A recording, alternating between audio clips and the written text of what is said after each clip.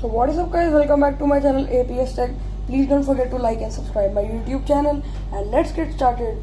In this video I'm going to show you some review of this cable, which is the micro USB reversible cable. As you can see the box here only. Let's keep the box aside and go through it.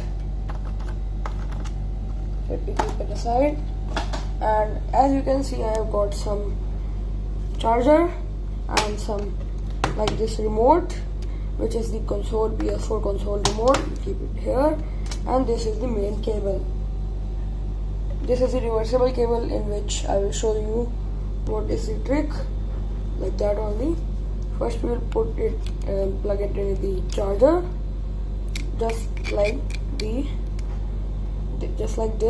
and we will plug out and plug it from the other side, and as you can see it can twist on all sides, and both sides can be plugged into any side like this. You will take it out and plug into the first side, which is the normal one, and let's go towards this. As you can see, this is something special here. Let me focus for you. As you can see guys,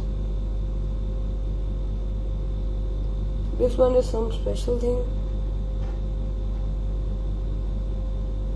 So let's plug it in the remote, and as you can see, this is not the normal micro USB cable.